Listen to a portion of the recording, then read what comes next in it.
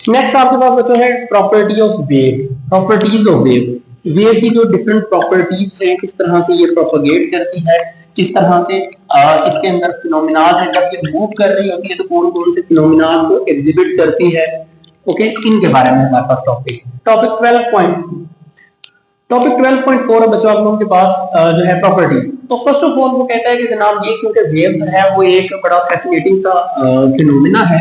Wave how behave when they encounter obstacles, यानी वो ये कहना चाह रहा है कि जब हम वेव के जो है वो सामने ऑब्स्टेकल्स रखते हैं तब ये किस तरह से बिहेव करती हैं। खैर इसके ऊपर बहुत सारी जो है वो बातें हैं, बहुत लंबे चौड़ी डिस्कशन भी है, लेकिन हम टॉपिक के ऊपर रहते हुए इसके ऊपर बात करेंगे।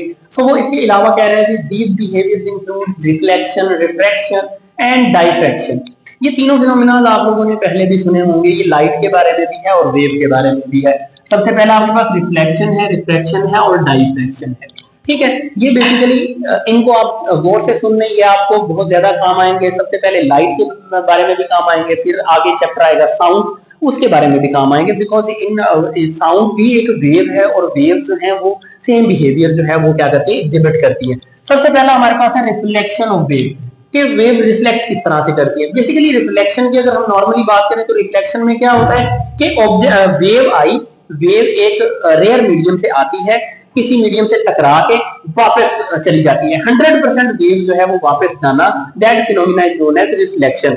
यानी वेव किसी दूसरे मीडियम से आती है, रेयर मीडियम से, यहां से टकरा के फौरन वापस चली जाती है। जिस एंगल से आई है that is called incident angle, and जिस एंगल से वो गई है that is called reflected angle. अगर ये 45 है तो ये भी 45 डिग्री आपके पास होगा। That phenomena is known as reflection of light या रिफ्लेक्शन ऑफ वेव। अब क्योंकि लाइट भी वेव की तरह एक्ट करती है, वैसे लाइट के बारे में ये मशहूर है कि लाइट की डुअल नेचर होती है, वेव नेचर भी है, पार्टिकल नेचर भी है। फिलहाल क्योंकि हम वेव की बात कर रहे हैं तो हम लाइट को भी एज अ वेव लेंगे। तो लाइट की जो कंप्लीट एक जगह से टकरा के वापस चले जाना है, ये रिफ्लेक्शन कहलाता है। ये नॉर्मली आप लोग देखते होंगे मिरर वगैरह की एग्जांपल अगर लें, जितनी भी हमारे पास जो है वो पॉलिश्ड सर्फेसेस होती हैं तो उनके ऊपर लाइट रिफ्लेक्ट होके दूसरी तरफ जा रही होती है, ये बेसिकली रिफ्लेक्शन का फिनोमिना है। नंबर 2 पे था रिफ्रैक्शन। रिफ्रैक्शन बेसिकली वो फिनोमिना है जिसके अंदर लाइट का कुछ पोर्शन ऑब्जेक्ट या इंस्ट्रूमेंट के अंदर एब्जॉर्ब हो जाता है, उसको हम रिफ्लेक्शन कहते हैं। फिलहाल हम रिफ्रैक्शन की अगर बात करते हैं, रिफ्रैक्शन के ऊपर हम चलते हैं, जरा इसको देख लें कि आप हमें क्या कह रहा है। वो कहता है reflection occurs when waves strike a surface and bounce back into the same medium. अभी जो मैं बात यहाँ पे कर रहा था कि आपके पास लेट से लाइट इस तरफ से आई है, वो दोबारा से बाउंस बैक कर रही है, चाहे वो इस तरफ से बाउंस बैक करे चाहे वो वापस बाउंस बैक करे, that phenomena is reflection. This behavior can be clearly observed using a ripple tank। अब रिपल टैंक के बारे में हमने प्रीवियसली भी डिस्कस किया था। रिपल टैंक के अंदर जो है वो कहता है कि हम इसको देख सकते हैं, इस वेव जनरेट हो रही है और वो दोबारा से क्या हो रही है, बाउंस बैक हो रही है। वो आगे इसके बारे में बता रहा है, कहता है कि in the setup when the straight water wave generated by a vibrating bar move across the tank and strike the barrier, they reflect from the surface। So basically जब वेव प्रोड्यूस होती है वो रिफ्लेक्ट उससे सामने वाली obstacle से टकराती है एंड देन रिफ्लेक्ट बैक होना स्टार्ट हो जाती है। तो this phenomena is basically known as reflection of light. फिर वो आगे अगली बात भी कर रहा है, वो ये जो फिनोमिना वो लिख रहा है यहाँ पे, ये मैंने जो डायग्राम बनाई है बेसिकली इसी को अगर हम उल्टा कर देते हैं, टिल्ट कर देते हैं, तो वो यही है। इंसिडेंट वाटर वेव ये यहाँ पे आ रही है और यहाँ से बैक हो रही है, इनके दरमियान में एंगल है वो बेसिकली 90 डिग्री का है। वो कहता है the angle at which wave approaches the barrier is called angle of incidence.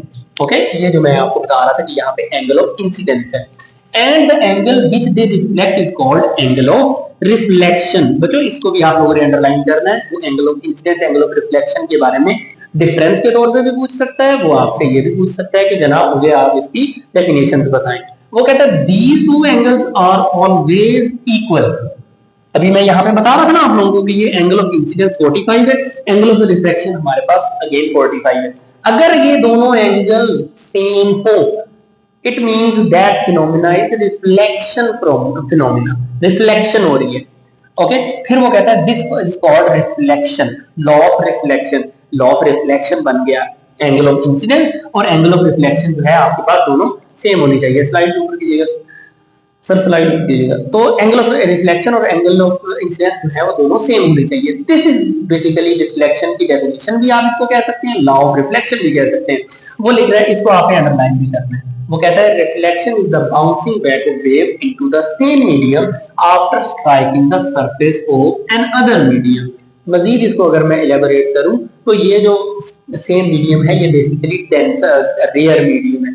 एक मीडियम है रेयर मीडियम। रेयर मीडियम ऐसे मीडियम को कहा जाता है जो बिल्कुल शैलो होता है, हल्का मीडियम होता है, जैसा कि एयर है। और डेंसर मीडियम होता है जो जिसकी डेंसिटी ज्यादा, जैसे ये हमारे पास बोर्ड है, बोर्ड इरेजर है, तो ये बेसिकली डस्टर है, इसकी ये डेंस है, ठीक है। तो ये रेयर मीडियम, ये डेंसर मीडियम होगा, और जो एयर है वो क्या होगी हमारे पास, रेयर मीडियम होगी। ओके, यहाँ पे वो बता रहा था property is common to all type of wave. अब ऑल टाइप ऑफ वेव्स का बात की, लाइट वेव है, साउंड वेव है, इलेक्ट्रोमैग्नेटिक है, इंफ्रारेड है, गामा रेज है, जितनी भी हमारे पास वेव्स हैं तमाम के लिए होगी, इंक्लूडिंग वाटर वेव्स भी वो कह रहा है, साउंड वेव्स भी वो कह रहा है, ठीक है, सच एज इको वगैरह, ठीक है, इको के बारे में भी हमने पढ़ा था। And light waves in mirror, तो वो आ गई ना दोबारा मिरर की एग्जांपल। नेक्स्ट बच्चों हमारे पास पेज है, नेक्स्ट स्लाइड पे, नेक्स्ट पेज पे इन्हीं चीजों को दोबारा से रिफ्लेक्शन के बारे में वो एक्सप्लेन करेगा। इसको भी चले हम, वैसे तो मैंने बता दिया रिफ्लेक्शन क्या होती है, कि कुछ पोर्शन जो है वो उसका क्या हो जाता है, जाया हो जाता है, लेकिन उसको वो मजीद जरा देखते हैं कि उसने कौन कौन से पॉइंट जो है वो मजीद इसके अंदर ऐड ऑन किए हैं। ओके, सो रिफ्रैक्शन के अंदर बच्चों wave passes from one medium into another medium and change direction due to change in speed. यानी आप ये देखें कि वेव जो है वो एक मीडियम से दूसरे मीडियम में एंटर हो रही है, उनकी डायरेक्शन ही चेंज हो गई है, उनकी स्पीड भी चेंज हो जाती है। ये ऐसा जो है, आपको अगर डेली लाइफ में देखना चाहें तो जिस तरह से एक बड़ी सी नहर है और नहर में से एक छोटी सी जो है वो हम ड्रेन गुजार रहे हैं, तो नहर से जो पानी आ रहा है वो जब ड्रेन में से गुजरता है, इसकी वेव में और उसकी वेव में डिफरेंस होता है, यानी उनकी अपनी वेव बनना शुरू हो जाती है। इसके एग्जाम्पल वो यहाँ पे भी दिखा रहा है, जैसे वो कहता है डीप वाटर है और ये शैलो वाटर है, यहाँ से पानी जैसे ही शैलो वाटर की तरफ आता है तो इसकी वेव, ये वेव बेसिकली इस तरह से आ रही थी, वो वेव्स की डायरेक्शन चेंज हो गई है। ये जो चेंज का, डायरेक्शन चेंज का फिनोमेना है, बेसिकली ये रिफ्रैक्शन को से डिनोट करता है। वो कहता है as the water waves cross into this shallow region they slow down and bend demonstrating the refraction of wave. Refract, लफ्ज रिफ्रैक्ट का मतलब ही डायरेक्शन का चेंज होना है। ओके, तो यहाँ पे भी वो यही कह रहा है कि रिफ्रैक्शन के फिनोमेना में आपके पास क्या होगा, वाटर डीप सी से जब शैलो के ऊपर आएगा, या इसको अगर आप यूं ले लें कि जनाब आपने क्या एक टब रखा हुआ है और उसके अंदर पानी फिल्ड है और साथ में एक ट्रे रखी हुई है, ओके, ट्रे में भी पानी, जैसे टब से पानी ट्रे में आएगा तो उसकी टब में जो वेव्स बन रही थी ट्रे की वेव से वो डिफरेंट होगी। ट्रे के अंदर बिल्कुल शैलो वाटर था, टब जो है वो उसमें ऑलमोस्ट 50 लीटर पानी था, ठीक है। तो वो जो वेव्स का डिफरेंस है बेसिकली वो, उसको अगर हमने फिजिक्स की जुबान में समझना होता है तो हम उसको रिफ्रैक्शन कहते हैं। इसके लिए वो नीचे सारी एक्सप्लेनेशन दे रहा है, तो वो इसके एक और रीजन भी बता रहा है। वो कहता है this change in wave behaviour is also illustrated 12.12 degree, ये जो डायग्राम है उसमें, where the wave fronts are shown bending. ये बेंडिंग नजर आ रही है आपको, यहाँ पे वेव है वो क्या हो रही है, यहाँ पे चेंज हो रही है, वेव की जो चेंजिंग है, बेंडिंग है वो बता रहा है। इसके अलावा वो कहता है shorter wavelength, deep water into shallow water with a shorter wavelength in the shallow region. पहले वेवलेंथ ज्यादा थी, अब वेवलेंथ जो है वो क्या होना शुरू हो गई है, शैलो वाटर में आके कम होना शुरू हो गई है। ये नीचे बच्चों ये वाली आपके पास जो है वो क्या है, डेफिनेशन है, इसको आप लोगों ने नोट करना है। अगर वो रिफ्लेक्शन की डेफिनेशन के बारे में, रिफ्लेक्शन या रिफ्रैक्शन दोनों का डिफरेंस भी पूछता है, रिफ्लेक्शन की डेफिनेशन पहले आपको बताइए, रिफ्लेक्शन की ये है